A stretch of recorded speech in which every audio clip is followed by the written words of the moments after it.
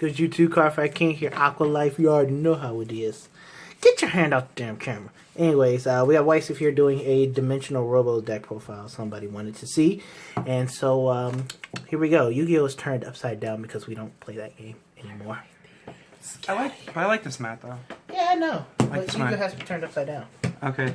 So my starter is Dimensional Robo Dai Magnum. I chose Dai Magnum for the sheer fact all you have to do is just push him in the soul, and you choose your Vanguard and you give your Vanguard +4.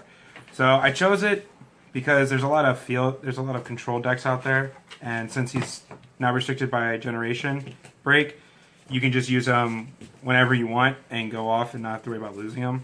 But as far as the trigger lineup, I run 4 heal. With this deck, you really have to stick with Dimensional Robos as much as possible. There's some wiggle room you can do, but you really want to just stick to as much of Dimensional Robo as possible. I run 7 crit and then 5 draw. So I run 5 draw because Dimensional Robos inherently don't have much draw power. You draw something other than great 3s. And you're just drawing grade 3s. So I bumped up the draw power a little bit with this deck because it just really needs it. It really does. A lot of people will be like, oh, Laurel's your draw power, but you gotta hit. You have to hit with Laurel, so it's kind of the downside. But in this deck, Laurel is a lot easier to hit with. Yeah, but it's still. Next I run 4 Vanguard. So this is one of the few cards that's not going to be Dimensional Robos. I run this because Dimensional Robos are, are counterblast heavy a lot, especially in their strides. So I run this because this is a guarantee on flip, always. There's another card that helps on flip, but this is more of a guarantee, whereas that is not quite always guaranteed. Then I run 4 Limit Break Enablers. Since it's a 7K, it's a good booster. And since with the Legion, you need to be at Limit Break to kind of make the full skill go off. Cheese your way to victory. Yeah, it helps you cheese your way to victory a little bit easier. Then I run 2 Daikaisers, just because it's just another spot for grade 1, and it's a 10K attacker, so it's a good rear guard to have when you don't have any like grade 2s or anything like that. And then I run 3 Laurel. A lot of people tell me, oh, you need to run 4 Laurel. I've played 4 Laurel. Laurel clogs. It sucks riding Laurel. It really does. Because if you go first and you ride Laurel, your opponent's just going to throw out everything and attack you, and it sucks. But its benefit is worth more than his ride. It is. So that's why I stick to 3, because 2, it's hard to see. 4, for me, you see them too often than you want, and 3 is just the right number where you just see them for me. Then I run 4 Dai Bazooka. Fuck that card. So this is another one of your unflipping engine. So reason being why it's not always guaranteed is because its unflipping happens in the trigger zone. So its first skill is that if you have a Kaiser Vanguard, when it's on rear guard, it gets +2, so it becomes 11K attacker. Then when you drive check it, it gets grade +1, so then it becomes a grade 3. So then your guard breaking goes off. But then you also countercharge 1 and soul charge 1. So it helps correct the soul problem you have if you have bad rides for your Legion, if that comes to it. Then I run 4 Daijet. So Daijet's ability is Generation Break 1, act once per turn. You can take a grade 3 from your drop zone, put it on top of your deck, and shuffle the deck. Then you choose one of your Vanguards, give it +4, and the ability that when it hits, you counterblast 1, draw 1. So it is sort of a draw engine, but once again, it has Vanguard. Okay. Yeah, it's the Vanguard. You choose one of your Vanguards. But once again, it has to hit, and if a lot of people see Laurel on the field, they're not going to let a lot of things hit. So that's the downside. Then the other two grade 2s, I just run 10k vanillas just as a defensive purposes if I have to ride them. Like 10k Vanguard when you're on grade 2 is still pretty nice. I have the 12k attacker.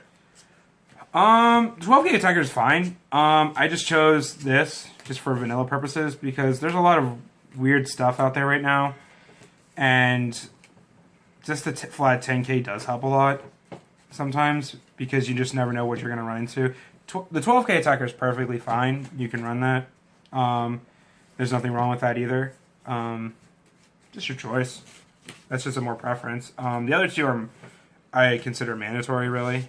Then for the grade 3s, right now, this is you run 4 Daikaiser, the brake ride. You just have to run 4. I run 4 of the Legion, the true Daikaiser.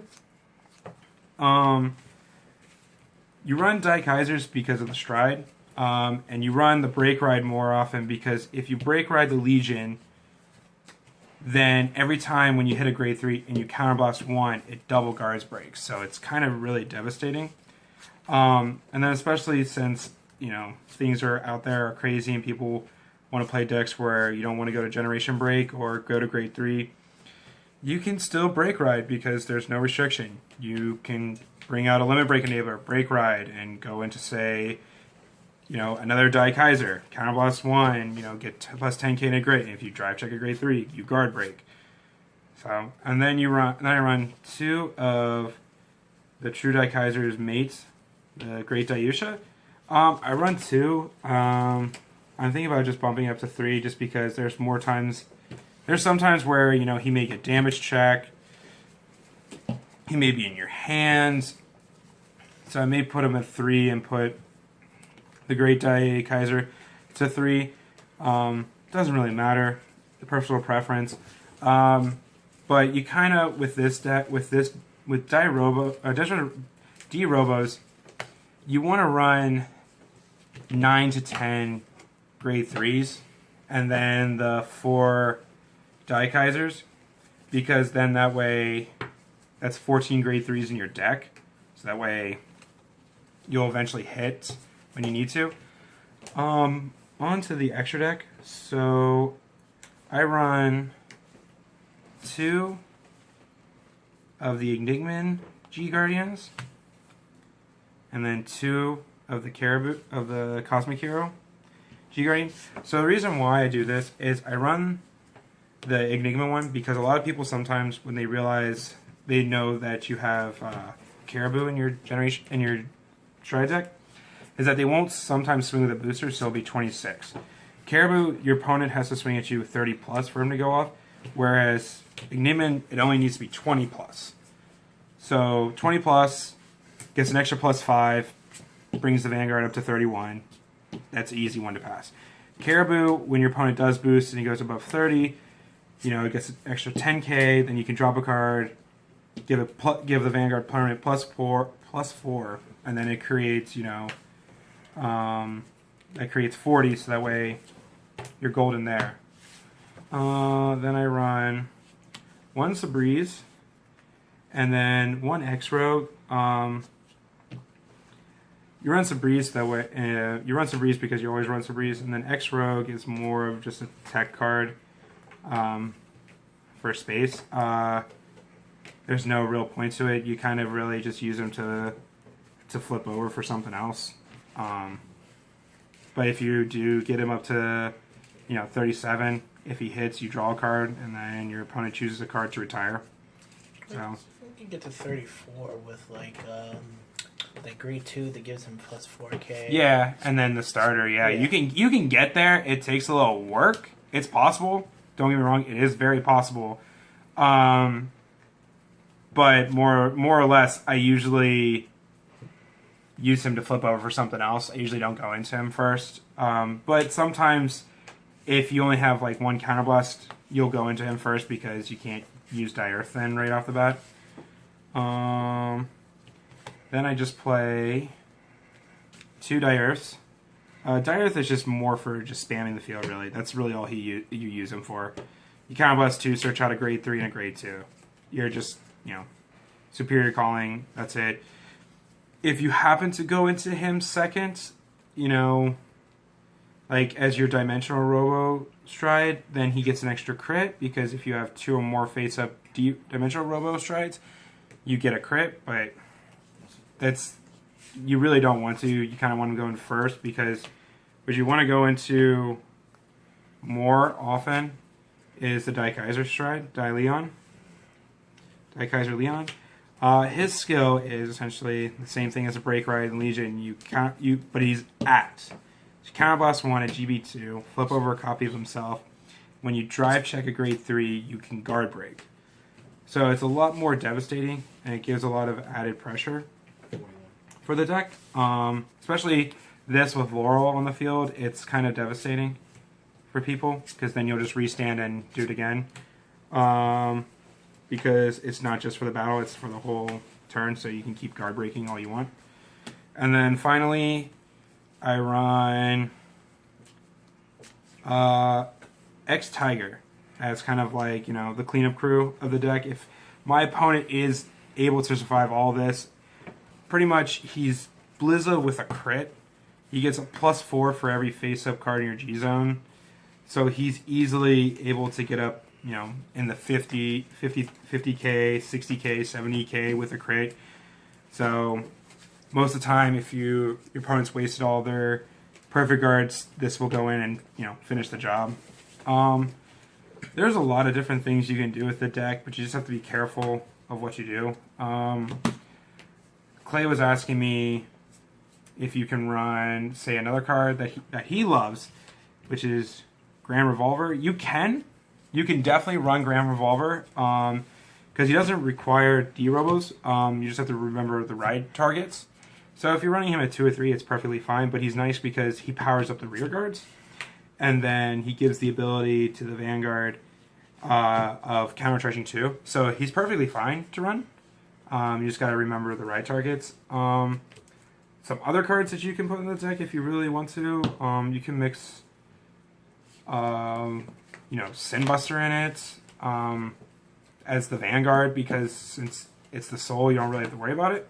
And it gives you access to Heavy Duke. You can even put Gallop in the deck if you want to go that route. There's a lot of testing you can do, but there's a lot of options you have. But you just have to be careful what you put in this build, just because of really him with the Legion, because they need to have, because for his skill to go off, he needs to have his extra crit, and for him to have his extra crit, you need to have 3 or more dimensional robos in the soul for that to happen. So that's kind of why, but you can kind of correct it really well. It's not hard to correct. I mean, even when you break ride, you correct it. If you misroad, the starter pushing the soul helps correct it. It does not matter. That's why you have a lot more wiggle room. The only part that you don't have a little wiggle room is Die Earth, because Die Earth only searches out D-Robos. So that's the only thing. But you have a lot of options you can do with the deck. It's a fun deck. It really is. Guard breaking is devastating for a lot of people. That is most devastating thing. I've guard broke 2 perfect guards. I've guard broke 3 perfect guards. I've guard broke multiple G Guardians and just devastated my opponent with it. So it's quite an interesting deck. And the nice thing is that it forces your opponent to overguard when they shouldn't. Sometimes. Like Daikaiser, people will overguard him, or Leon will overguard him because they think, oh, he guard breaks, but he doesn't have a crit. This is the guy that gets more devastating because he has extra crit, and that's a lot more scarier. So, but that's the deck. I change it up a lot, so no matter what.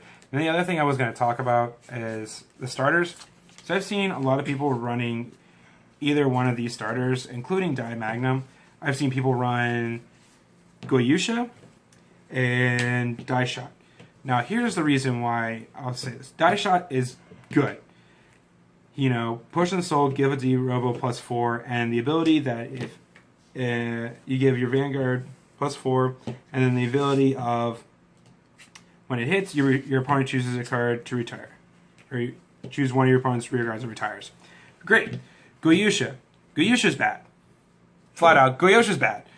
You have to commit so much. You have to push 4 D Robos into the soul, then choose a grade 3 to ride.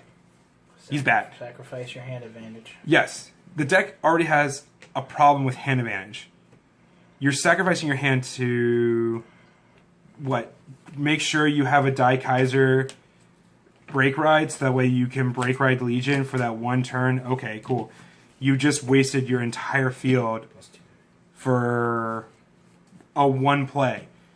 At least with Die Magnum, it goes in the soul. The reason why I don't want Die Shot right now is because there's a lot of field control out there, and people usually kill them off right off the bat.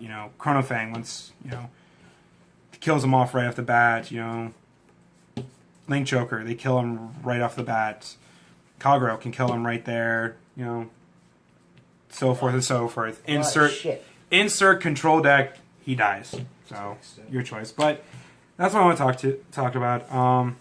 So those are my choices. If anybody has any other questions, you can comment. Post your build. Post your build in the comment section. I like that shit. Yeah, I can give you some tips. Let you know. I've been playing Deep Police for a very long time. I've played every single deck. I've made every single combination you probably can think of. And I can take a look at it. I can give you some pointers. Or you can ask questions. I'll let you know. So that's the deck. Alright. Thank you, White Steve. And we will see you guys with another video. I know I have Dark Irregulars that was requested. So that'll be up next. Currently, he is trying to sack Chrono Fang. Alright. See you.